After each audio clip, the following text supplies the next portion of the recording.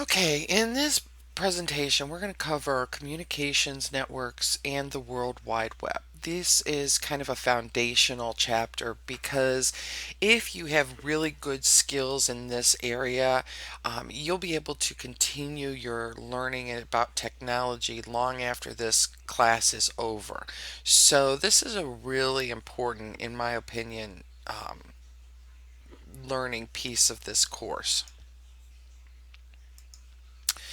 So the chapter objectives are pretty straightforward, and you may not understand all of these right now because you're being introduced to some new words and vocabulary. But basically, when we're done with all of the learning activities, you will be able to explain why you have to have effective communication skills today. You'll also be able to understand and define what a multimedia product is, and you'll be able to identify several of those products on the web. We're going to talk about the actual computer communication process and what wireless is and how schools and school districts actually use that. And then we're going to talk about social networking and social bookmarking. So, one of your projects is going to be developing a bookmarking lesson plan for your students. And because, I'm a firm believer in that the best way to learn is to teach. We're going to talk about website categories and how you identify what websites to use in your lessons and in your curriculum. And then we're going to talk about why collaboration is important, not just for students, but for teachers as well, and how that can be a resource for learning and continued growth and development in the area of technology. We're also going to talk about how you build an online collaborative community and the tools that you use. And some of those tools include things like Facebook and LinkedIn.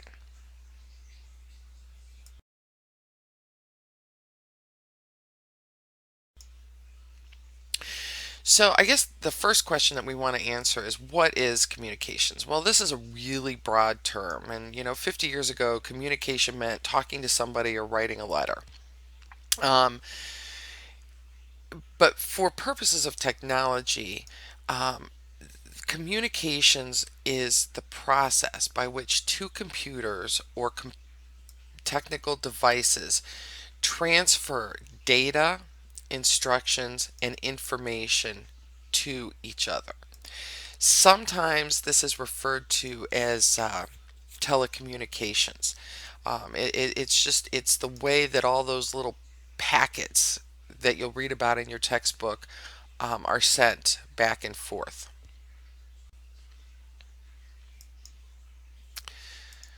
So, how do we communicate? What are the ways that we communicate as humans with computers? I mean, we don't have to really know about packets and parcels and bits and bytes that are being transferred, but we do need to know the ways in which we use that networking to communicate with each other.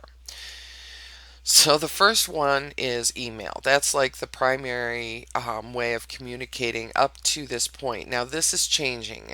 Email was the primary way of communicating, but now you have things like Twitter, you have Facebook, you have online chat. So email is kind of in some ways becoming a dinosaur in today's society, but it's still an effective tool.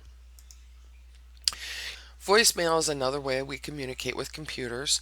Um, but in today's society, these students today, it's a text, text, text, text kind of a thing. In fact, I know for my own children, I don't allow them to text me. They have to pick up the phone because I kind of like hearing their voice. But texting is a lot faster and a lot more efficient. So because when you get on the phone, you tend to talk about other things as well, whereas a text message can be a real brief, hey, answer this question type of scenario. Also, texting can be used with educators. You can use a text and ask questions. You can send to multiple telephones and ask a question of your students. Faxes are again another dinosaur type of mentality, but they are still used quite frequently, and especially on a global level. You'll find that other countries may not quite be where we're at yet. And faxing was simply taking a piece of paper with information on it, and then it would make a copy of that paper on another fax machine at another location. Telecommuting is the concept of kind of what we're doing now. It's where you are sitting on one device and you are working by communicating with other devices, and you're using emails and voicemails and video conferencing to get your work done.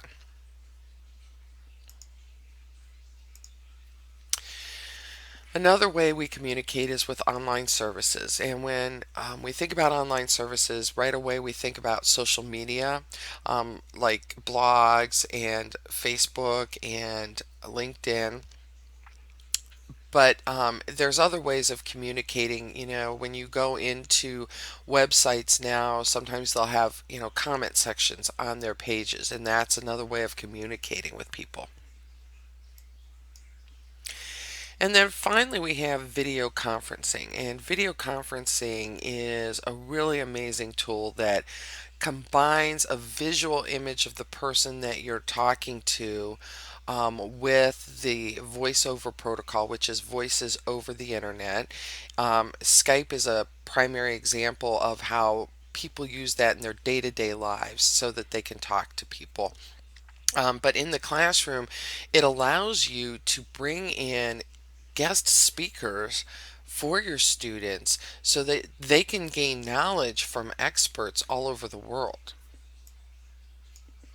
So, the networks, when you hear the term network, what you're talking about is those the way that two devices are communicating. And a basic communication system, all it involves is two computers. You need one computer to send the information or data, and then you need the other to receive the data. Um, Communication devices that send and receive data are called telecommunication devices. And we've taken our computers and turned them into telecommunication devices. A communications channel is the channel over which that data is sent. So a channel can take many forms, and the best way to picture a channel is that it's a connection. So a channel is a connection, and there's a lot of ways that those connections take place. They can take place wirelessly, they can take place through a cable, but it's just basically a path that conveys electrical or electromagnetic signals, and that's how these devices communicate. So, schools have installed networks for four reasons. One is that through networking, you are sharing your hardware and your software resources. It also allows schools to communicate among other schools or other organizations. Another reason is that we can connect students and teachers to the internet, and it's also a way to use and share information and data. One of the ways that I can think of that they connect is through like a grade book program or an attendance program. That program will sit on a server, usually at the school district office building or main building. And then teachers will log on to that system and put in their attendance and their grades, and then it's stored, and everybody has access to that information.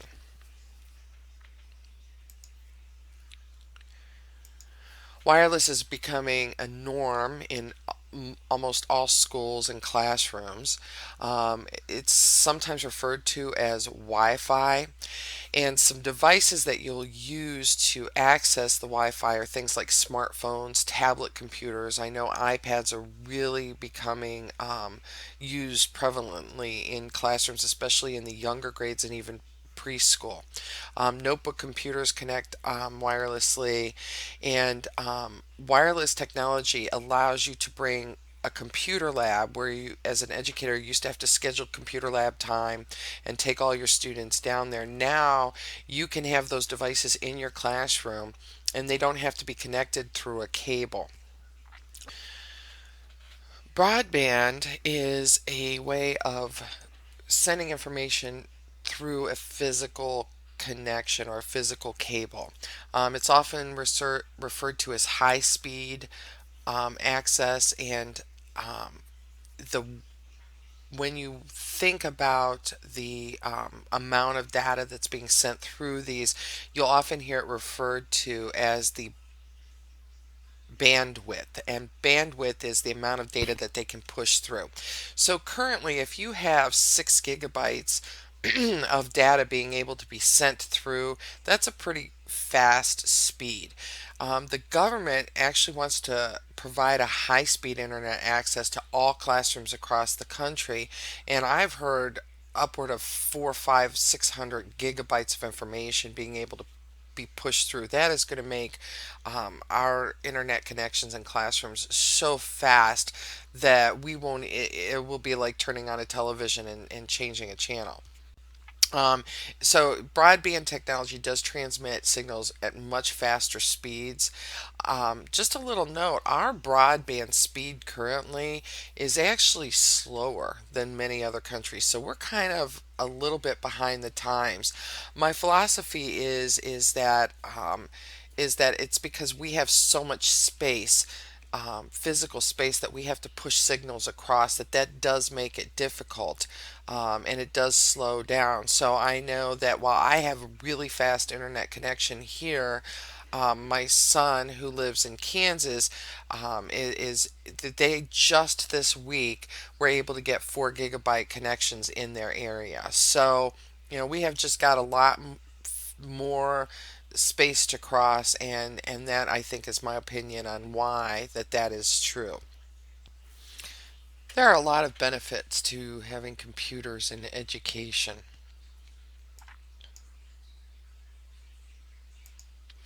One benefit is that we get to share resources.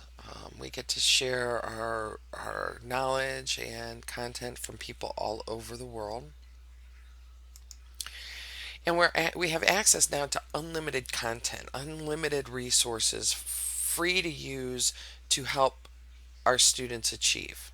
And that, to me, is the best part of all of this. We also are able to communicate with the world. We can communicate with other educators. Our students can communicate with other educators and other students. And it is just an amazing tool for gaining global perspectives and understanding of other cultures and other ways of doing things. So, real briefly, we're going to go through what is the internet. It can get kind of complicated, but I'm going to try and simplify this as much as I possibly can. There's also a section in your textbook which covers it in more depth and detail.